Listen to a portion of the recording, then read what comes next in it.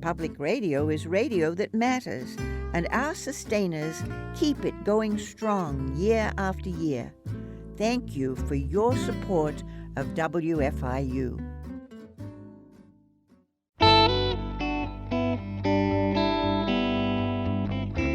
From WFIU in Bloomington, Indiana, this is Earth Eats, and I'm your host, Kate Young. As you walk through the doors, whether you like to cook or you don't like to cook, you feel welcome and things are accessible. What our vision is to make it a better world through breaking bread at the kitchen table, if you will. This week on the show, we talk with co-owners of Bloomington's independent, locally owned kitchen supply store, Goods for Cooks. We hear some of the shop's nearly 50-year history as it's changed hands, updated, and maintained a commitment to quality goods and face-to-face customer service. Plus, a story from Harvest Public Media about a native midwestern fruit that should be way more popular than it currently is. All that's just ahead. Stay with us.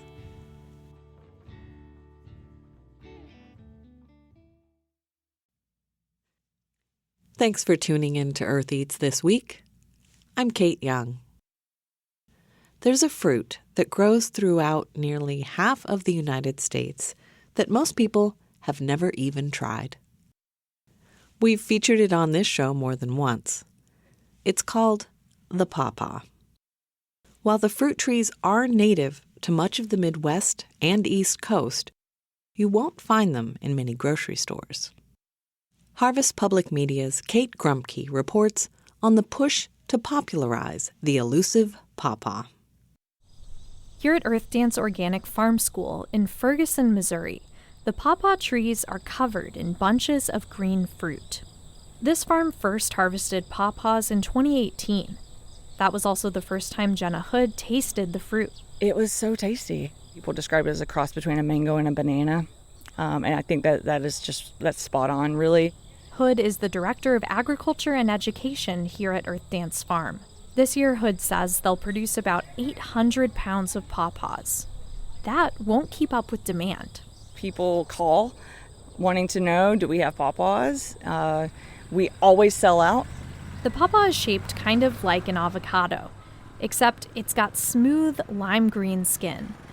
These ones are brown in some spots, which means they're sweet and ready to eat. Sometimes harvesting is as easy as collecting fruit that's already fallen from the tree. Or there's another way. Assistant Farm Manager Will DeLacy grabs a trunk and shakes it. Honestly, my favorite part is when you shake it and you hear do do do do do do do do do. All right. The pawpaw is the largest fruit native to North America. It was domesticated by Native Americans and has a range from Nebraska, Kansas, and Oklahoma all the way over to Washington, D.C. For a long time, people ate wild pawpaws straight out of the woods. But now people are growing them on farms. And some are working on cultivating more marketable varieties. Adam D'Angelo is the founder of Project Pawpaw, which is a crowd-funded breeding and research program. There's so much variation that with a bit of properly directed traditional plant breeding, we could make massive improvements and really just end up with a fantastic crop that's easy to grow, fun to eat, and profitable for the small farmer. D'Angelo, who's based in Wisconsin, says because the tree is native, it's low maintenance. That means less need for expensive and environmentally harmful fertilizers and pesticides. But there's one big thing holding pawpaws back from a mass market. They don't keep very long. The chief limitation is the almost ephemeral nature of the fruit. Pawpaw festivals are a way to take advantage of that short shelf life, says Chris Schmiel. Instead of that being a limitation, you kind of turn it into an asset by having an event. Schmiel founded what was likely the first Pawpaw Festival in the U.S. in 1999. So over the last 26 years, things have dramatically changed. The annual festival in Albany, Ohio now draws about 10,000 visitors. Schmiel says similar festivals are popping up all over the country. At the first annual Pawpaw Festival in Ferguson, Missouri, farmers from Earth Dance are selling fruit to a line of people. Some of the customers already know what they're getting into. Will Colbert is wearing a pawpaw shirt and holding a new live pawpaw tree. Well, I had them like maybe 2 years ago and fell in love with them. I mean, to find such like a cool like tropical fruit in Missouri is kind of wild. But for a lot of people, this fruit is totally new.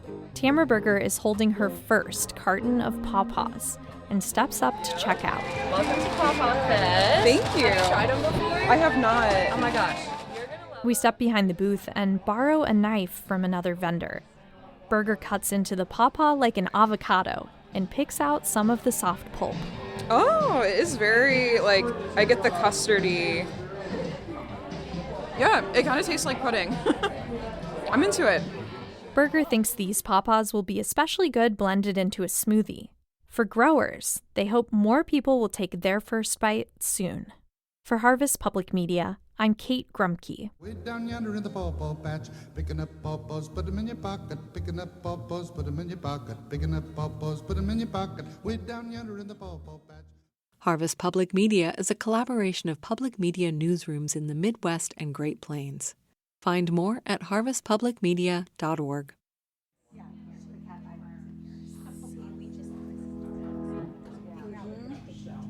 Garlic rocker, the Y peelers, the original microplanes, wood spoons, the fish spatula, the scoops, the tongs, the whisks, The bubble whisk, spring whisk, traverse whisk, flisk, the silicone scrubbies, Nap-made scrubbers, little linked chainmail scrubbers. If you're into food and cooking, which you might be since you are listening to Earth Eats, you're probably familiar with those high-end cooking supply stores like Williams-Sonoma or Sur La Table, or maybe the big box variety like Pottery Barn or Bed Bath & Beyond are more in line with your budget. Potato masher, mortar and pestles, Plastic bag dryer, bees wrap in a roll, the little piggy-style bacon grease bin, salad spinners, lobster or crab crackers, shrimp deveiner, strawberry huller stem gem, the avocado keeper, shears, kitchen shears. Here in Bloomington, Indiana, we're lucky to have an independent, locally owned retailer featuring high-quality kitchen equipment, specialty foods like imported jams and mustards, fancy vinegars, and gourmet pasta. Chef knives, Asian vegetable prep knives, probe thermometers, your glass scale, the smoking gun, lots of metal straws, glass straws, the atomizer, you're shaking tins or shaking glasses, a waiter's corkscrew, a simple corkscrew. The shop is Goods for Cooks. It's located in an historic building on the Courthouse Square in downtown Bloomington, and the business itself has quite a history. I visited Goods for Cooks recently and spoke with two of the current co-owners, Sam Eibling and George Huntington. We talked about the various iterations of the shop since its founding in the 1970s, what sets them apart from the national chains, and how they weathered the most difficult days of the COVID-19 pandemic. Let's jump right into our conversation. My name is Samantha Eibling, and I am co-owner of Goods for Cooks. My name is George Huntington, and I am co-owner of Goods for Cooks. Sam and I also happen to be brother and sister. You might know George from his previous role as the general manager of Blooming Foods Co-op for over 20 years. I started by asking Sam and George to tell the story of how they became owners of Goods for Cooks. I had left my previous employment and was debating whether I was ready for retirement or not. Took some long walks in the woods. Actually went to Scotland and hiked the Scottish Highlands also, and pondered my future. Got back to Bloomington and was reading the local paper and saw that the former owner and his wife wanted to sell the business. And I thought, well, I've always admired this store. The store began, Charlotte Zetlow started the store back when I was a senior in high school, and I've shopped here my entire life. And I thought, well, that would be kind of cool. But knowing that I was long in the tooth, maybe, I was hoping I could find someone of a like mind with fewer years under the hood, if you will. And the lovely lady to my left came to mind. So I approached Samantha and her husband Doug one evening, went over to their house, and we, had some snacks and a glass of wine or something, and I asked them to consider it. And she can take it from there, because I don't know how that conversation went other than they agreed to do it. We had actually returned to Bloomington after about 13, 14 years of traveling around and doing different jobs. And one of the jobs I had while away was working for a privately owned kitchen store in Kansas City. So it was quite a large venture there in an older building like this, but very similar in that she stocked it full to the brim of different kitchens items as food and even some more gardening things. So I had some experience with that. And then George had the experience on grocery side of things and also running his own businesses.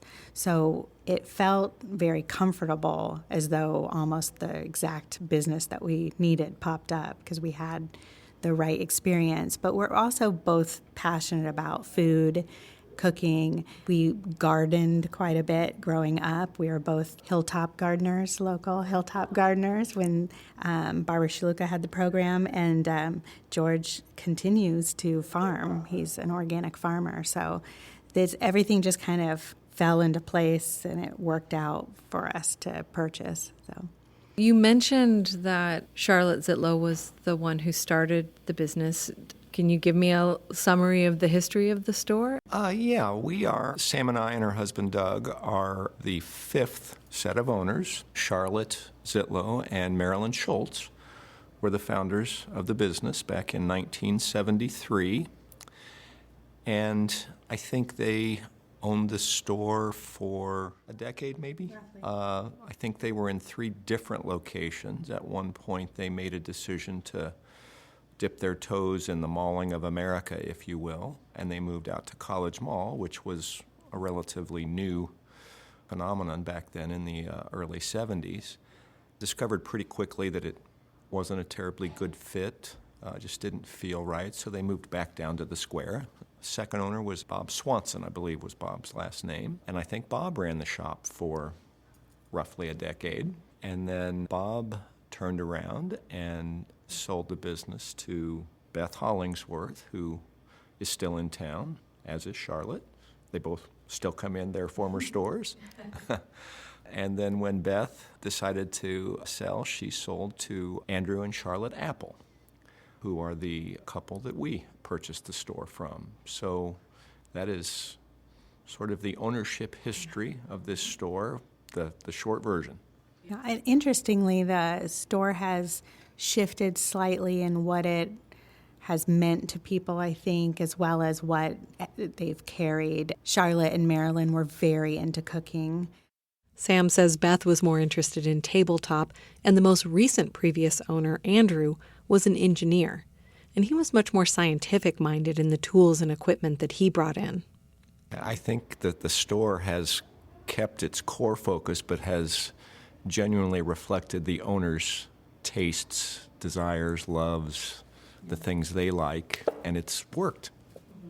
Yeah, well, that kind of leads into my next question, which is, what does the store mean to you, and what is your vision of what you want it to be in the community? Sam's very eloquent at explaining that, so I will briefly tell you that we share a belief that food is a common denominator for all of us, and the fact that we sell good food and equipment to prepare said food is something that makes us happy. There's a quote by Tony Bourdain that we like a lot about sharing food with people, and it sort of brings people together. And I think that's part of why we do, what our vision is to make it a better world through sharing, breaking bread at the kitchen table, if you will. Sam says that when people in the business world ask them what they want to accomplish with the business, the assumption is usually that they want to make money. But she says that their motivations extend beyond financial gain. Stewarding the shop in a way in which we create connection with people and bring more people to the table, not only literally for them to be bringing people to the table, but that as you walk through the doors, whether you like to cook or you don't like to cook, you feel welcome and things are accessible. We carry things that are good, so whether it's a $3 item, a 99-cent item, or a $350 item, we believe that if that matches your skills and your needs, that will enhance your cooking in your life, and we hope that it does so. And so for us, whoever walks through the door, we look at them as a lifelong connection where hopefully, maybe they come in for coffee making implements now, but later on they get into cooking more complex things, and then a lot of our customers leave Bloomington, as the whole point of this town is to get an education and leave, but then they come back too, and they bring their kids back, and their kids come to college here. So we have people that come in that went to college in the 70s, 80s, and 90s and came here, and then they come back and their kids come back. And so for us, that creating those relationships are important to us. And we think it'll eventually allow the business to sustain itself in a climate when, ordering online and, shipping everything to places is what is pretty common. We think that what people really do want is connection. So that's important to us. That's one of the things that resonates with me is I'm an old school retailer that believes customer service is what you want to do for people. That you build lifelong connections, like Sam said, with your customers. And one of the ways you do that is by meeting them where they are and meeting their needs. And so that's something that we really strive to do here. And I think we do a pretty good job. We drop the ball once in a while, but overall I think people are pretty happy with that human interaction as opposed to punching a button on their computer screen. Yeah, which makes me think about staffing too, because my experience is that you have some longtime staff who really seem to know the products and can really talk to people and help. Well, we should probably mention that that's one of the things that helped Sam and I sort of make the decision to jump in and purchase goods for cooks is Andrew, the previous owner, was very generous and allowed both of us to be put on the payroll and actually work the store to get a feel for what it would be like before we made a final decision about purchasing the store. And one of the things that we noticed is the observation you just made, that the staff that he had on hand at the time were very knowledgeable. And so it was important to us that they help be part of the bridge as we transitioned, if we made the decision to purchase.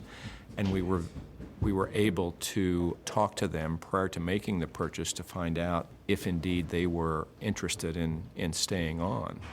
And we were pleased that they said, yes, now we've met you, and we were concerned about what new owners might be like. We were preparing resumes to move on, but we've met you guys, we like you guys, we'd love to stick around. So it was very gratifying, and they made it work. They really did. They took the pressure off of us because they knew a lot of the vendors. They knew the flow of the business. There were just a lot of little details that it's hard to walk in cold and learn, and they knew the answers.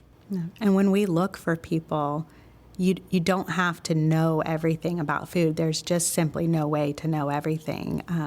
It's such a vast subject, and there are so many niches that you can get involved with. We let them know that the thing they most need to be is curious and willing to follow up with people, because you just simply won't know the answer to everything. And often our customers know more than we do about the particular thing they're looking to do. So we learn quite a bit from the customers. There's always lots of interesting conversations happening in the shop. It's one of the joys of being here is you provide knowledge to your shoppers, but it works both ways. They teach us a lot every day. And actually, people that are experimenting in the kitchen and create things often bring them in for us to taste.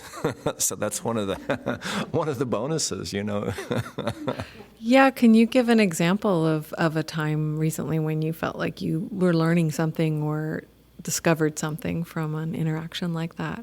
Often it often has to do with spices. People will come in and ask for something, and then you're like, oh, what are you doing with that? And and sometimes we'll have it, and sometimes we won't. But we have one of our favorite customers comes in, and his passion is cheesecake, and he's constantly testing out different crusts, different flavors, So it's not a hard thing to sample. I'm trying to think of something recently that we've learned from customers. A lot of customers are into fermenting, and so they'll share their tips, what bottles explode, what ones don't. Like often we get to hear the accidents and the fiascos are great learning experiences, and people share what happened or didn't happen well. A lot of pandemic discussion around cocktailing and bread making, so there's always good discussions happening. I'm speaking with Sam Eibling and George Huntington. They're co-owners of Goods for Cooks in Bloomington, Indiana. After a short break, we'll talk about how they decide what to select for their specialty food section and how their small shop weathered the COVID-19 shutdowns in 2020. Stay with us.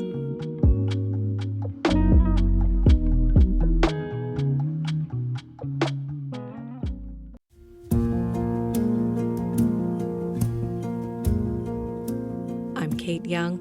This is Earth Eats. And my guests today are Sam Eibling and George Huntington of Goods for Cooks in downtown Bloomington. Let's return to our conversation.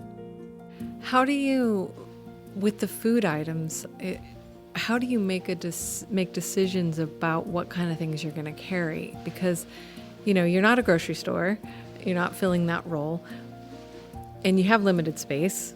So what's kind of the criteria that you're looking for? Is it just sort of a collection of what different people have recommended or what people have come in asking for? On the food side of things, several of the items we carry came from customer recommendations. Have you ever had this mustard? Well, no, I haven't. Well, and then they'll bring you a sample and you go, well, that's good. Then you do a little research and try and find out if you can source it, and you bring it in. And it turns out it is good mustard, and the customer and myself are not the only ones that want it. I put it on the shelf and it sells. So we were lucky in that Andrew, the former owner, is the one who made the decision to bring the most recent spate of food in. He took the space on that side of the hall became available, and Andrew thought, I'm going to go for it, and so he brought stuff in. And for whatever reason, we've become known for olive oil, vinegars, higher-end pastas. We have some nice cheeses, but it's a battle we fight sometimes because we get a lot of people that talk about these wonderful, nice, soft cheeses, fresh cheeses, that tend not to have a very long shelf life. And so you bring them in, and they don't move quickly enough. And so it can be a little frustrating, but you try anyway. Jellies and jams have been very popular at this store. Honey is another item that people like to buy here. We have a smattering of sauces that you can't find at other stores. Mustard is a little niche category for us. We sell a lot of bakery items, things to decorate baking with. There is some niche categories in baking that's challenging to find. Glycerin, for example, makes your royal icing smoother, citric acid, things like that, gar gum, or, little additives that people use in professional baking. And they're obviously over the past few years, people have been very much into baking. But then we'll carry things like almond paste and things you might see more in European baking. So it's nice to be able to have those things for customers when they come in. And we don't always hit the mark, but it can be a little more challenging to find them at the regular groceries now because things have kind of gotten limited. The selections seem to be more limited. The supply chain thing you read about is real for a lot of folks, including us. And so availability is challenging sometimes. Yeah, I was going to ask about that, how that's been impacting your... Pretty severely for a while. It kind of ebbs and flows, to be very honest with you. Sometimes fulfillment rates are very good. Other times we've had as much as half of the things we order not show up, which can be frustrating. A lot of the items we carry on both sides of the store, if you will, both the hard goods side and the food side, are imported items, and things have been hung up in the ports quite a bit. And so you'll call one of your vendors, and they'll say, well, it's here, but it's in a container on a dock, and we're not sure when it's going to get here to the warehouse. So it's very real. One of my favorite stories was there was a vendor that called us and asked us why we hadn't paid an invoice. And this was 9 months into the pandemic. And so we did the research and discovered that indeed we had paid the invoice, and we'd mailed it months ago. And so we called them and told them, and they said, well, where did you mail it? And we said, well, to the mailing address we had on file. And they said, oh, well, we haven't been in the office for 6 months. And I said, oh, then you need to tell us to mail it someplace else. So, yeah.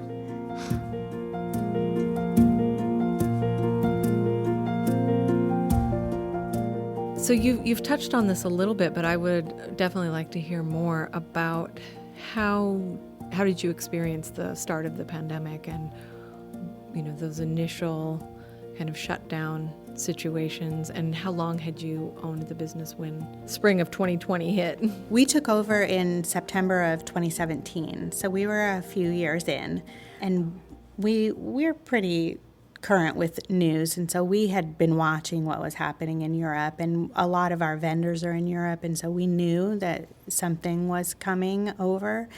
But when Bloomington shut down, we were kind of in the donut hole, or the gray, as far as, because we had supplies that were essential to cooking and feeding yourself and food, there was this kind of clear way of, do you shut down completely or do you not? So what we ended up doing was, when Bloomington shut down basically everything, we shut the doors to the public, but our core team, whoever wanted to continue working, came in, and we essentially just started hustling and filling any orders that came through.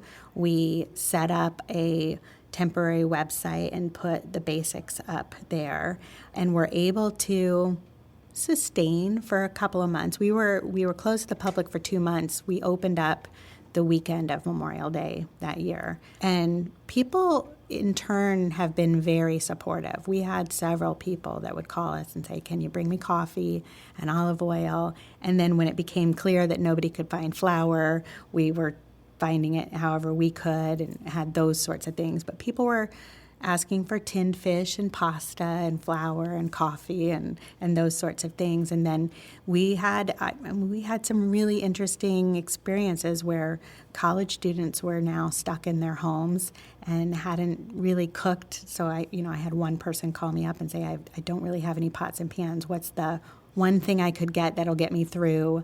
So we sold her a multi-purpose pan and then delivered it. And we were doing free deliveries. If you lived within 10, 15 minutes, we have somebody that lives on one side of town or another, and we were taking them after work and dropping them at people's porches, and people were really grateful for it. So it was actually kind of fun, and that connection was there for us. It was gratifying, too, because we had a lot of very loyal shoppers who wanted to support us.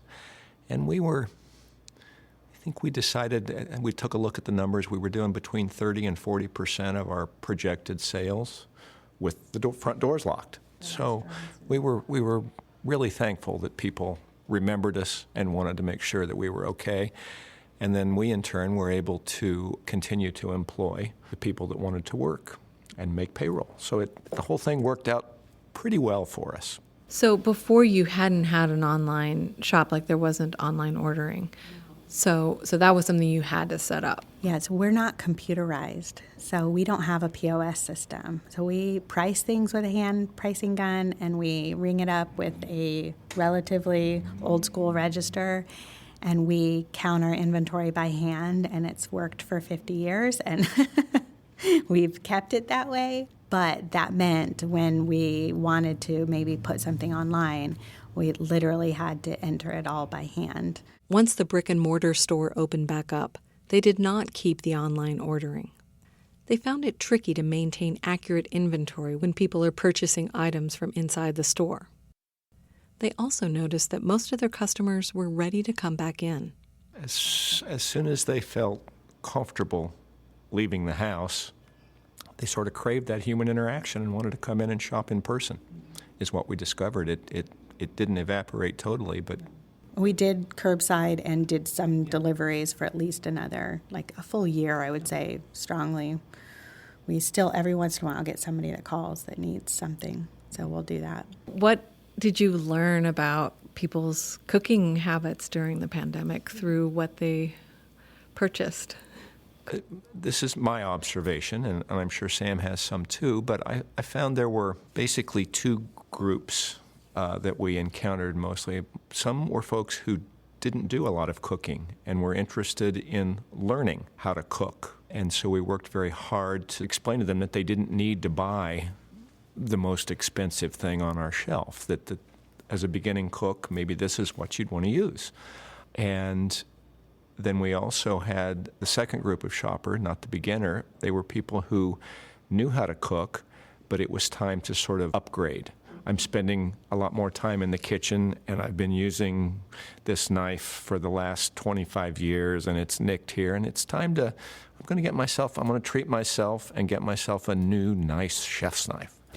And so those were the two groups that I felt we interacted with an awful lot, were the newbies and the ones who already knew how to do it but wanted to upgrade a little bit. I think the depth behind that is that there were a lot of people that suddenly had more time on their hands, or they didn't have more time on their hands, but things shifted their focus and their priorities. And so there became this freedom maybe to explore some depth within their cooking. Bread baking was the most obvious one, but people were working in fermentation and more complex recipes, or even mixing of cocktails and sitting and enjoying what company they could have.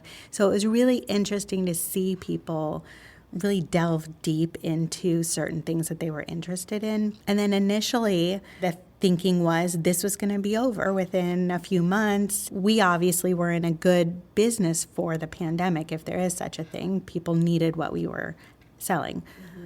So there was the idea that when the pandemic was over, things would go back to normal. People would start ordering out and going to the restaurants, and that, because the pandemic has been so prolonged, it didn't happen. So people got then that much more in depth. And so the habits were formed of now we're setting our table. So we've seen even a shift in where people are buying dishes and placemats. And I thought paper napkins were going to be huge. We sell a ton of paper napkins, but it was actually the cloth napkins that became much bigger sellers over the pandemic. So people wanted that ritual. They wanted to comfort themselves through a meal, through food. So it has been interesting to see that it's gone on long enough for it to become habitual and continue in people's lives. Yeah, I would love to hear a little bit more about your approach to things like dishes and linens and some of the just really beautiful items for kitchen and home that I notice in your store. To be different from big box stores and to be unique and have a unique collection, you need to apply to be with a lot of different vendors. Same with the food. And so if you want a selection in the shop, you have to have, we probably have 250 vendors, and not all of them are ordered from every week. Maybe you only order from one once a year, but to get that mix and to have some creativity there, that's the place that you have to go, which means a lot of paperwork and a lot of behind the scenes work to get things in. But I think it pays off. The other thing that because we're not Pottery Barn or Williams-Sonoma or Bed Bath & Beyond, we don't have the capacity or the space to stock things like place settings, but we're also in this time in which that's no longer the norm. And a lot of people maybe only ask for casual dishes when they start setting up their homes. But I think particular to Bloomington and maybe some other college towns or more art-centered towns, people just like very unique combinations. And so we find that, people will buy a ton of small little bowls and dishes that maybe don't match. Yes, a lot of cat dishes. We have dishes with ninjas on them and dragons and, a lot of Japanese ceramics. And it's just been fun to put those colors together, to look from different vendors and see what sort of the spring and the fall and summer coloring is, and then bring it in and mix and match it. And I think people like that. As a matter of fact, when we get sets of things in, whether it be towels, even hot sauces, we tend to break them apart because they'll sit in a set in the shop forever because nobody wants to buy what you tell them is a set. And I think that's a very Bloomington, we know our own minds, we know our style, we know what we want, and I'm not buying a striped towel, I only wanted a polka dot. So, it's... Sam makes a couple of good points, and one of them is we're not afraid to try things. Sometimes you have to, it's a leap of faith. You're like, oh, that looks pretty interesting. I think people might like that. And usually she's got good taste, so usually she's right. If she's not, we discount it, move it on down the road, and try something else. So you just have to sort of have an entrepreneurial spirit, if you will, and believe in yourself and your gut. If your gut tells you it'll move, chances are it will. We taste a lot of the food that we bring in, and that informs some of the decisions we make there. We get samples. The other point that Sam made that is a challenge from our side of the fence, if you will, it is a lot more work to do. A lot of stores, a lot of shops have a dozen vendors. Large warehouses, and they carry a lot of things, but they carry the same things that everybody carries. And it's pretty easy to do the ordering because you tap into their vast warehouse and you can order everything you need. As Sam said, we're dealing with a lot of small vendors, and I think 250 is not an exaggeration on how many different people we deal with. And it just takes a lot more time and effort to do that. But that has helped us because in the pandemic, when one place was out of something, we knew two others that we could get it from. And, it didn't always work out in our favor. We got things delivered after the holidays that we planned on selling during the holidays. But then you have a sense of humor and you're like, well, we don't have to order that this year. So, it's just, you kind of move on. And ultimately, it's, if you've noticed, we change a lot of stuff on the hard goods side. We move things, and often if you move something, then people buy it because they see it. So sometimes it's just a matter of refreshing your displays and changing some stuff. Yeah, I was thinking about that, how important having those unique items and different collections coming in for seasons, both for your storefront window, because it is a window shopping area on the square, so you want people to want to come in, and then also just that kind of what you're hit with when you walk in the door. Seeing something you hadn't seen before is going to make you linger. Yes, that's our evil plot. And I was also thinking about, in terms of the food that you carry, Diamond Kosher salt will bring me into the store.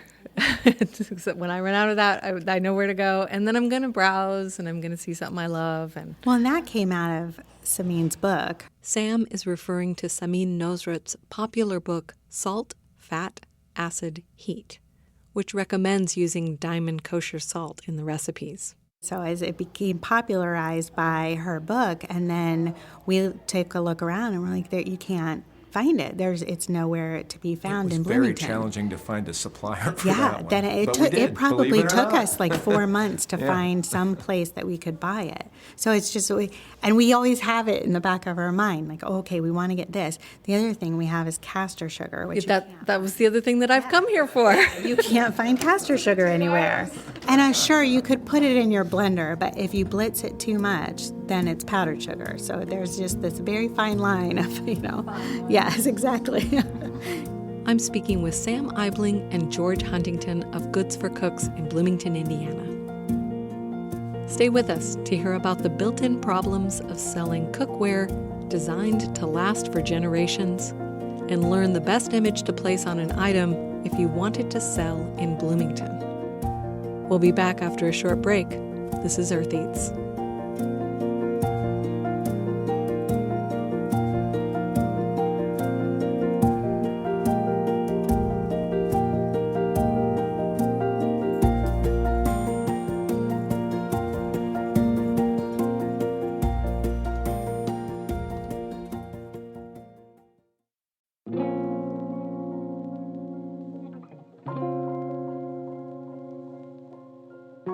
Thanks for listening to Earth Eats. I'm Kate Young, and my guests are co-owners of Goods for Cooks, Samantha Eibling and George Huntington.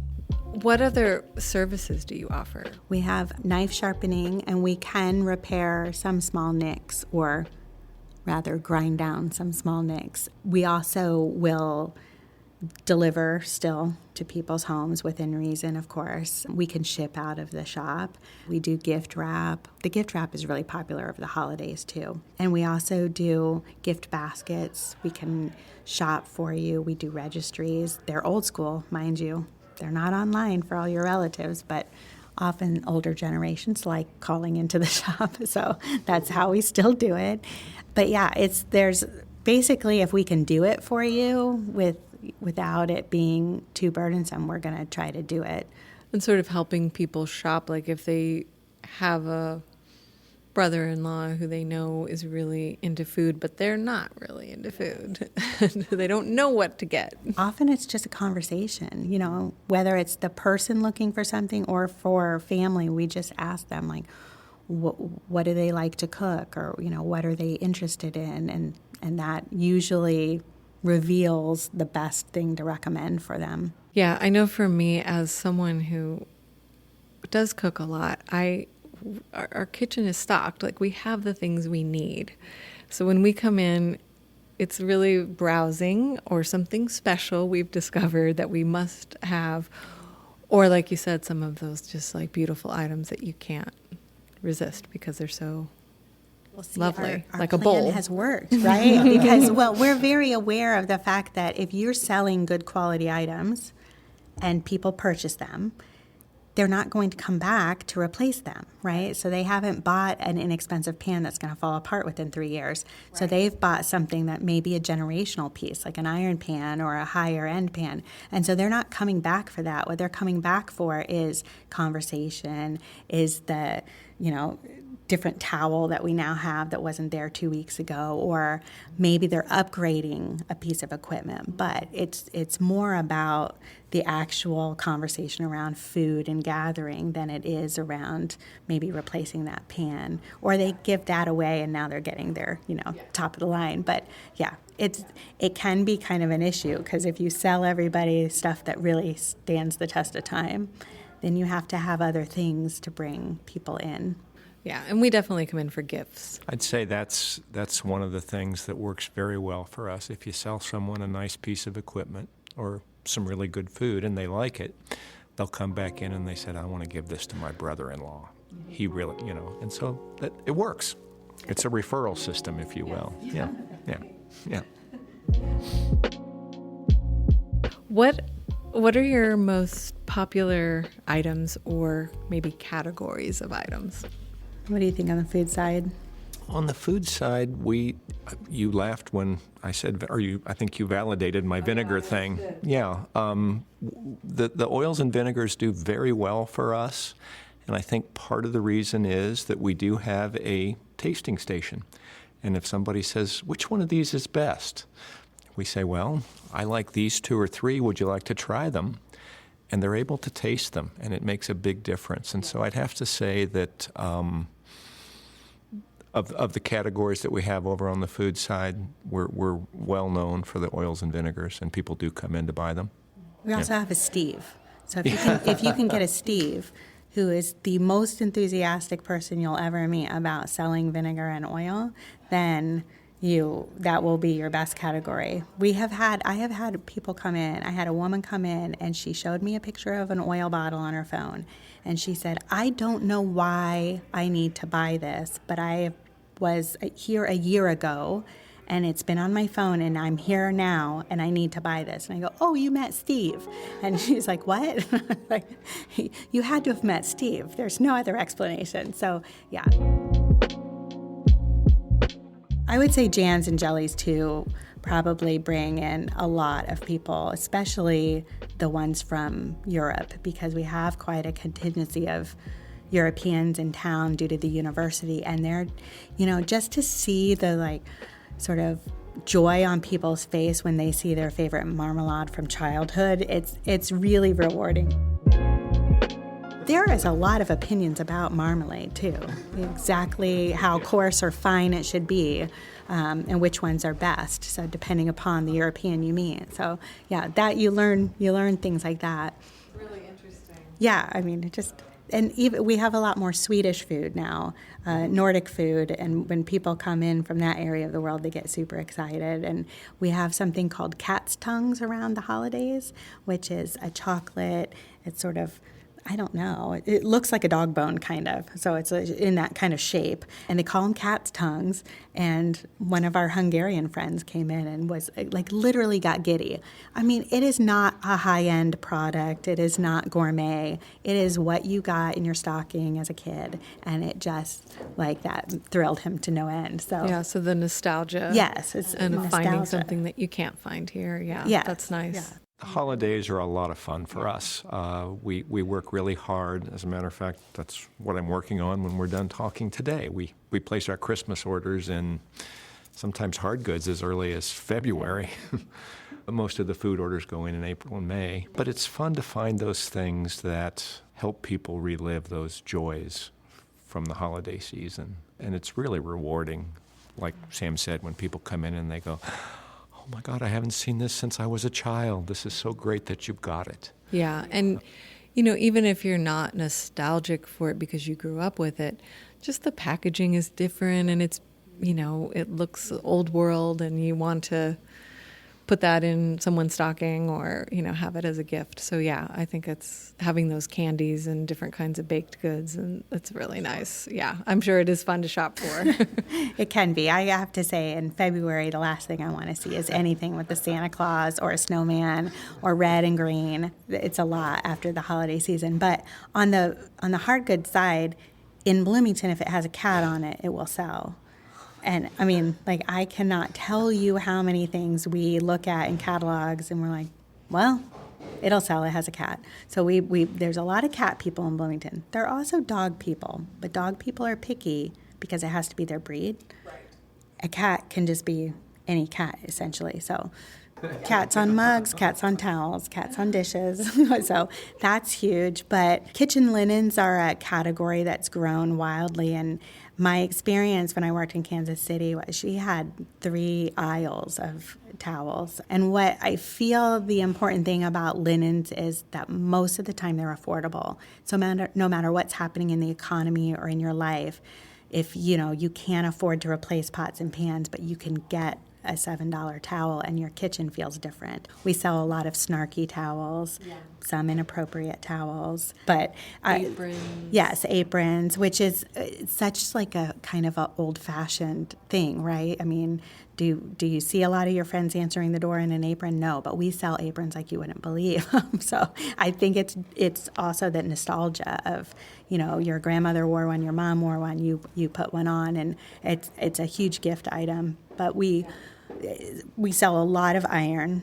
We're very much into purchasing things and selling things that'll last. So iron and quality knives, whether it's a lower priced or, those sell quite well. We also love to bring in local vendors. So we have woodworkers that do a lot of our cutting boards, turn wood bowls. We have Chris Bush's pottery and Frank Pearsall's bowls are just gorgeous. And those sell as well as anything we get from a larger manufacturer. So, and I think especially in Bloomington, people know the value and appreciate handmade, well-done things. So, and would want to support a local artist. Yeah.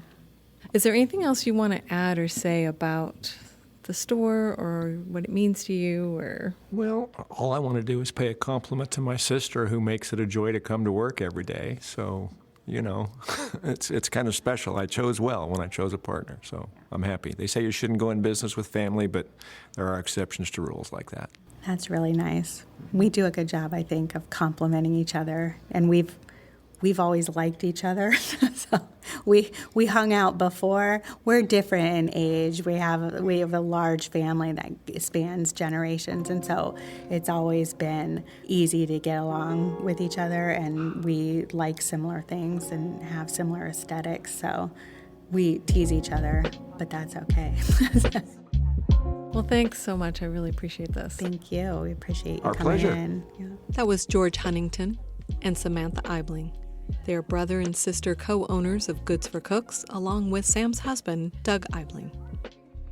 Goods for Cooks is located in downtown Bloomington on the west side of the historic Courthouse Square. George Huntington served as general manager of Blooming Foods Co-op from 1994 to 2015. Samantha Eibling also currently teaches yoga with Bloomington Yoga Collective, also in downtown Bloomington. You can find more information on our website, eartheats.org.